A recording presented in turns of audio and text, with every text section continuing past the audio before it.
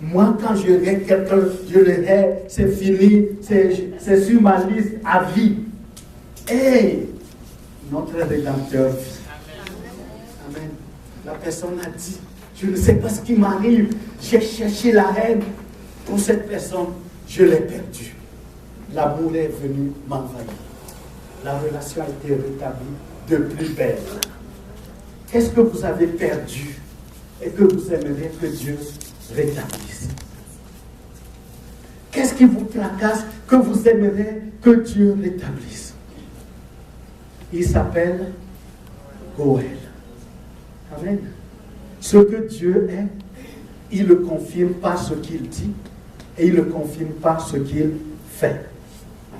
Parce qu'il n'y a pas de contradiction en Dieu. Amen. Que Dieu vous bénisse. Dieu n'est pas seulement Goël, il s'appelle aussi El-Kana, qui veut dire Dieu jaloux. Est-ce que vous savez que Dieu est jaloux pour vous? Ah oui. Dieu est très très jaloux pour vous. C'est pour ça que le psalmiste s'écrit dans... non, ce n'est pas dans le psaume. C'est Dieu qui dit au peuple d'Israël, celui qui vous touche, touche où? La prunelle de mes yeux. Dieu est jaloux pour nous. Dieu est tellement jaloux pour nous. Je connais quelqu'un en Suisse, c'est un monsieur âgé. Un jour, il m'a partagé, quand il était plus jeune, il travaillait dans une compagnie. Et lui, il aimait le Seigneur. C'est quelqu'un qui aime beaucoup le Seigneur. Et puis, dans cette compagnie, il y a quelqu'un qui a formé un mauvais coup contre lui. Oh mon Dieu, ça n'a pas fait. Il n'a même pas ouvert la bouche pour prier. Le Seigneur a réglé le compte à cette personne. Ça a été très vite.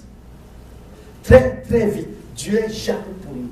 Dieu est jaloux pour nous, pas seulement pour nous protéger, il est jaloux aussi pour qu'il ne nous voit pas en train d'aller nous vautrer dans ce qu'il n'aime pas. Dieu est jaloux pour nous. Dieu en aura le mal, Dieu en aura le péché. Dieu est jaloux pour nous. Il ne veut pas nous voir en train de jouer avec le péché. Voilà pourquoi Dieu, il dit, je mets devant vous la vie et la mort. Il ne veut pas notre mort, comprenons-nous bien, il nous a appelés à la vie. Mais il dit la bénédiction et la malédiction. Mais qu'est-ce qu'il dit? Il dit, choisis la vie. Dieu dit par la bouche de Josué au chapitre 24, versets 14 et 15, Josué dit à son peuple, choisissez aujourd'hui quel Dieu voulez-vous servir, de quel côté vous voulez vous positionner. Si vous voulez servir des dieux, des faux dieux que servaient vos ancêtres de l'autre côté du fleuve, parlant de l'Euphrate, lorsqu'il a Abraham et ses parents habitaient à Ur. Si c'est Dieu-là que vous voulez, allez-y, mais choisissez. Avec Dieu, il n'y a pas deux camps, il n'y a qu'un seul camp. Avec Dieu, il n'y a pas deux mondes. Il y a un seul monde, le monde de Dieu ou le monde du péché. Mais choisissons le monde de Dieu. Avec Dieu, il n'y a pas deux royaumes. Son royaume à lui. Alors si nous faisons le choix d'être au Seigneur, soyons-le parce que le Seigneur est jaloux et n'accepte pas qu'on joue avec le mal, avec ce qu'il lui, il n'aime pas. L'autre nom de Dieu, c'est Yahweh, qui signifie le Dieu qui fait grâce. Nous sommes ce que nous sommes par quoi? Par pure grâce. Si nous sommes bénis, c'est par la grâce de Dieu. Si Dieu écoute nos prières, c'est par la grâce de Dieu. Amen. Non seulement que Dieu nous fait grâce, il est aussi Amen. Et Amen vient de l'hébreu Aman. Écoutez bien. Aman qui signifie tenir ferme. Mais pour tenir ferme, Aman donne la définition en hébreu. croire. Hein? Aman signifie tenir ferme, être solide dans toute la parole de Dieu, dans ses promesses. Mais pour tenir ferme, pour être solide dans la parole de Dieu, il faut croire. C'est la première signification d'Aman en hébreu. Aman veut dire croire. Et quand je crois Dieu, je crois en sa parole, je me positionne dans sa parole. Et je reste ferme dans sa parole.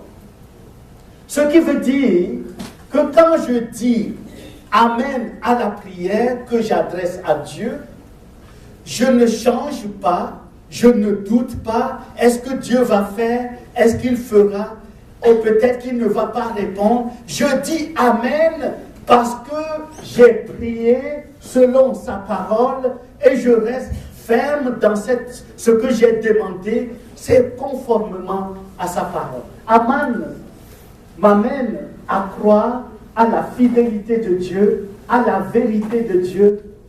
Et la vérité, c'est le propre de Dieu, puisque Dieu lui-même est la vérité et sa parole est la vérité.